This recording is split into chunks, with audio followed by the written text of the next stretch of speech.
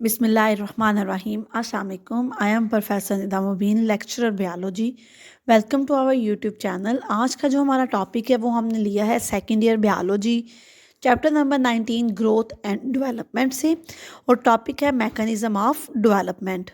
Mechanism of development में आज जो चीज़ें हम देखेंगे उसमें हम जो हमारे टॉपिक हम डिस्कस करेंगे उसमें ये है कि इस डेवलपमेंट, एक तो हम देखेंगे कि डेवलपमेंट है क्या है, देन न्यूक्लियस का रोल देखेंगे, और इसके बाद हम हैंस पेमैन जो साइंटिस्ट है उसके एक्सपेरिमेंट के थ्रू प्रूव करेंगे कि डेवलपमेंट में न्यूक्लियस का क्या रोल है और क्या न्यूक्लियस के बगैर डेवलपमेंट पॉसिबल है या फिर नहीं है। सबसे पहले हम ये देखते हैं कि मैकेनिज्म ऑफ डेवलपमेंट है क्या है। बेसिकली होता ही है जब स्पर्म्स एंड एग फ्यूज़ होते हैं, फर्टिलाइजेशन के रिजल्ट में जाइगोट बनता है, और जाइगोट में जब मैनी रिपीटेड डिवीजन होती हैं तो फॉर्म ऑफ सेल्स जो है ना वो बनते हैं, मैनी सेल्स जो है ना वो हमारे पास बन जाते हैं। जब ये लॉट नंबर ऑफ सेल्स बनते हैं तो इसमें कुछ सेल्स ऐसे होते हैं जब डिफरेंशिएशन स्टेज पे जो एक्टिव होते हैं, कुछ ऐसे होते हैं जो एक्टिव नहीं होते। एक्टिव ना होने का मतलब ये है कि वो अपनी इंफॉर्मेशन को नेक्स्ट ट्रांसफ़र नहीं कर रहे होते, और कुछ ऐसे होते हैं कि जो कि अपनी इंफॉर्मेशन को ट्रांसफ़र कर रहे होते हैं। अब इसमें कन्फ्यूजन थी कि क्या ये इन्फॉर्मेशन ट्रांसफ़र करने में न्यूक्लियस रोल प्ले कर रहा है कि साइटोप्लाज्म रोल प्ले कर रहा है।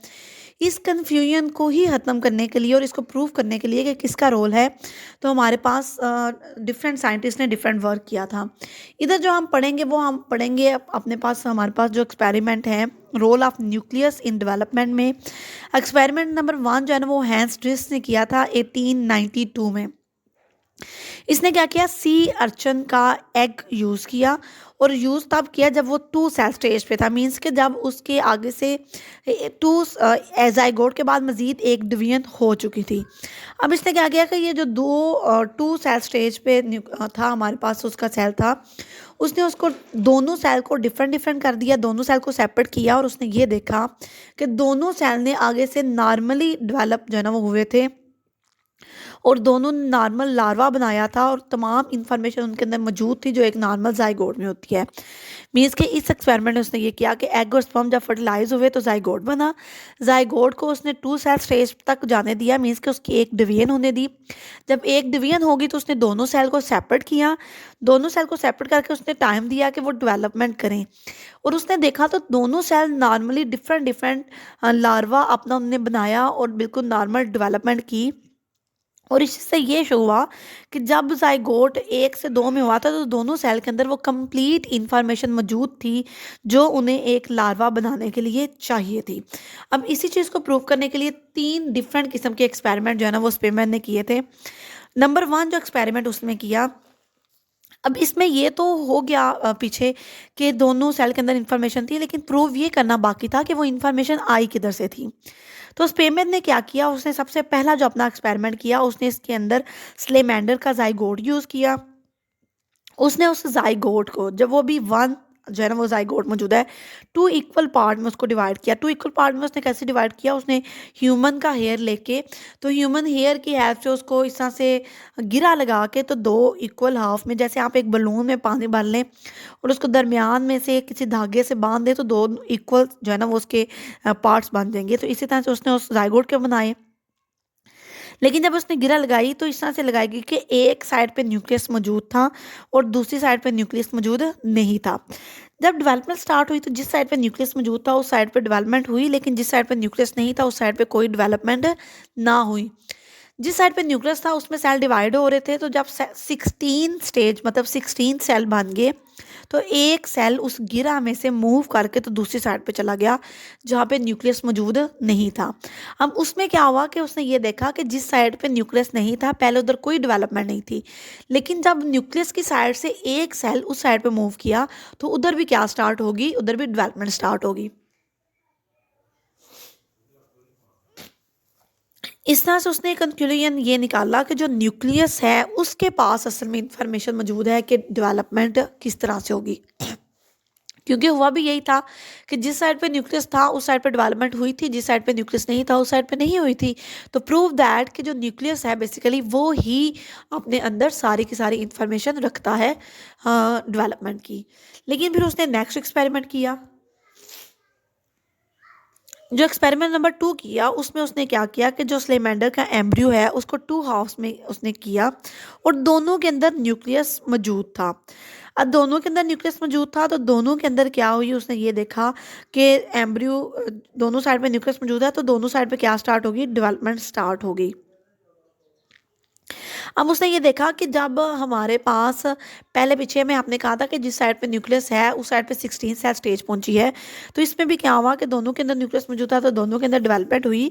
तो इसमें उसने ये बेसिकली ऑब्जर्व किया कि जब 16 सेल स्टेज पे वो न्यूक्लियस जो है ना वो जाइगोट डिवाइड हो के पहुंचा हुआ था, तो उसमें से हर एक सिंगल सेल वो तमाम इंफॉर्मेशन रखता है जो कि एक एम्ब्रियो के अंदर मौजूद होनी चाहिए। तो इससे जो ऑब्जर्वेशन इस एक्सपेरिमेंट की वो उसका ये था कि हर एक सेल के अंदर इंफॉर्मेशन मौजूद होती है कि जिससे वो न्यू बना सकता है सेल या डेवलपमेंट कर सकता है। लेकिन उसने कहा कि सम टाइम ऐसा होता है कि अबनॉर्मेलिटीज़ भी आ जाती हैं। वो अबनॉर्मेलिटीज़ न्यूक्लियस की वजह से होती हैं कि सम टाइम न्यूक्लियस के अंदर कुछ इस तरह की चेंजेस आ जाती हैं कि अब नॉर्मल सेल डेवलप होना शुरू हो जाते हैं। फिर उसने देखा कि असल में सिर्फ न्यूक्लियस नहीं, एक स्पेशल पार्ट जिसे ग्रे क्रीसेंट का नाम दिया गया। उसने कहा कि ये जो ग्रे क्रीसेंट है ना ये ज़रूरी है इंफॉर्मेशन के लिए। अब हमें ये यहाँ पे पता होना चाहिए कि ग्रे क्रीसेंट है क्या है।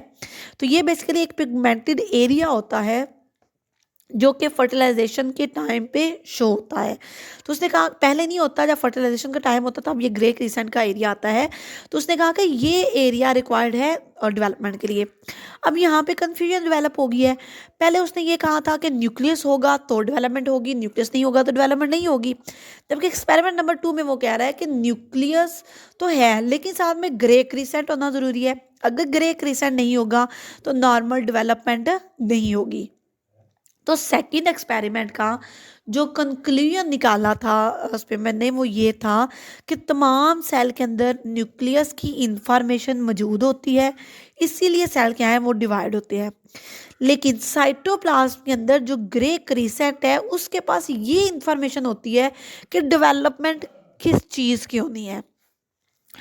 सेल डिवाइड हो रहा है ना, तो उससे डेवलपमेंट, उसका पर्पज़ यही है कि वो डेवलपमेंट करनी है, वो ऑर्गन की है वो या किसी ऑर्गेनिज्म की है, वो बैक्टीरिया की है, वो एल्गी की है, ह्यूमन बींग्स की है। तो उसने ये कहा कि न्यूक्लियस डिवाइड तो होता रहेगा लेकिन उसने पार्ट कौन सा बनाना है ये इसको हेल्प करेगा ग्रे क्रीसेंट। इस चीज़ को लेकिन आप प्रूफ भी करना ज़रूरी था कि ग्रे क्रीसेंट का रोल क्या है। इसके लिए एक्सपेरिमेंट नंबर 3 परफॉर्म किया गया। एक्सपेरिमेंट नंबर 3 में इसने 2 जो है ना वो पार्ट में इसको डिवाइड किया। पहले उसने क्या किया कि जो आपके पास फर्टिलाइज न्यूट मतलब पानी की जो छिपकली है, पानी के अंदर रहने वाला, आप समझ लें कि लार्वल स्टेज पे उसकी जो फर्टिलाइज होने के फ़ौरन बाद से उसने क्या किया कि उस एग को 2 पार्ट में डिवाइड किया। पार्ट में डिवाइड करने के लिए उसने जो यूज़ किया था वो अगेन ह्यूमन का हेयर ही यूज़ किया था। और उसने ये इस तरह से उसको क्रॉस किया कि दोनों साइड पे जो ग्रे क्रीसेंट है वो गिरा के अंदर था और दोनों साइड पे थोड़ा थोड़ा ग्रे क्रीसेंट क्या था मौजूद था। लेकिन एक साइड पे न्यूक्लियस था और एक साइड पे नहीं था। तो इसमें उसने ये देखा कि जिस साइड पे न्यूक्लियस था उस साइड पे डिवीजन हुई और जिस साइड पे न्यूक्लियस नहीं था उस साइड पे डिवीजन नहीं हुई। लेकिन जो एक्सपेरिमेंट नंबर 1 में देखा गया वो वही यहाँ पे रिपीट हुआ कि जिस साइड पे न्यूक्लियस था जब वो पहुंचा 16 सेल स्टेज पे तो एक सेल मूव कर गया उस एरिया में जिस साइड पे आपके पास मौजूद न्यूक्लियस जो है ना वो मौजूद नहीं था। जब ये सेल भी उस साइड पे चला गया तो इसने क्या देखा कि उस साइड पर भी जाके आपके पास जो डिवीजन है वो स्टार्ट हो गई थी। तो इस तरह से इस पहले से तो उसको ये उसने प्रूव किया कि ग्रे क्रीसेंट क्योंकि दोनों साइड पे हाफ हाफ था तो इसलिए उसका तो फर्क नहीं पड़ा, लेकिन न्यूक्लियस था तो डिवीजन होगी। जब वो दूसरी साइड पे एक सेल गया तो उधर भी क्या होगी, डिवीजन स्टार्ट होगी। इसी तरह से उसने एक जो है ना वो सेकंड इसका जो पार्ट था वो ये था कि अब उसने क्या किया कि इसको डिवाइड किया इस तरह से एग को 2 के अंदर कि एक साइड पे सिर्फ न्यूक्लियस था और एक साइड पे सिर्फ क्या था, ग्रे क्रीसेंट था। और इसमें उसने ऑब्जर्व क्या किया कि जब जिस साइड पे न्यूक्लियस था उस साइड पे डिवीजन हुई और ग्रे क्रीसेंट वाले साइड पे नहीं हुई। लेकिन जब न्यूक्लियस 16 सेल पे स्टेज पे पहुंचा तो एक सेल ग्रे क्रीसेंट की साइड पे चला गया और वो डेवलपमेंट हुई। डेवलपमेंट दोनों साइड पे हुई लेकिन इसमें देखा ये गया कि जिस साइड पे सिर्फ न्यूक्लियस था वहाँ पे जो सेल डिवाइड हुए तो वो सिर्फ पीस ऑफ बैली टिश्यूज थे, वो कोई भी पार्ट डेवलप नहीं कर सके। लेकिन जिस साइड पे ग्रे क्रिसेंट और एक सेल मूव किया था वो नॉर्मल डेवलप हुए थे और वो नेक्स्ट जो है ना वो पार्ट भी बना सकते थे। अब इससे नेक्स्ट ये इस डायग्राम में बड़े अच्छे तरीके से जो है ना वो एक्सप्लेन किया गया है। पहले में उसके ए वाले को डिस्कस किया गया कि ग्रे क्रिसेंट दोनों साइड पे रखा गया और एक साइड पे न्यूक्लियस। पहले डिवीजन हुई न्यूक्लियस वाले में और न्यूक्लियस वाले से फिर एक सेल मूव किया तो दोनों साइड पे, लेकिन आपको नॉर्मल एम्ब्रियो डेवलपमेंट, नॉर्मल जो है ना वो डेवलपमेंट नज़र आ रही है। जबकि जो बी वाले में एक साइड पे न्यूक्लियस, ये जो डॉट शो हो रहा है वो न्यूक्लियस है और वो जो वाइट सा एरिया है ये ग्रे क्रिसेंट है। न्यूक्लियस वाले साइड पे डेवलपमेंट हुई लेकिन ग्रे क्रिसेंट वाली साइड पे नहीं हुई। और इसमें उसने ये देखा कि जो जब एक सेल दूसरी साइड पे मूव किया, अब डेवलपमेंट तो दोनों साइड पे हुई है, लेकिन इसमें देखा ये गया कि जो ग्रे क्रिसेंट एरिया है वो नॉर्मल एम्ब्रियो डेवलप करेगा, लेकिन दूसरा जो है ना वो सिर्फ एक बैलिन जो है ना वो टिश्यूज डेवलप हुए हैं उसमें। अब यहाँ पे ये क्वेश्चन अराइज हुआ कि जब अब आखिर कौन सा ऐसा मटेरियल है कि जो कि ज़रूरी है, if all the cell contain the same nuclear material, तो देन डिफ्रेंशिएट किस वजह से आती है? क्योंकि 16 सेल पे है, शुरू एक ही न्यूक्लियस से हुआ तो डिफ्रेंशिएट क्यों आ जाएगा?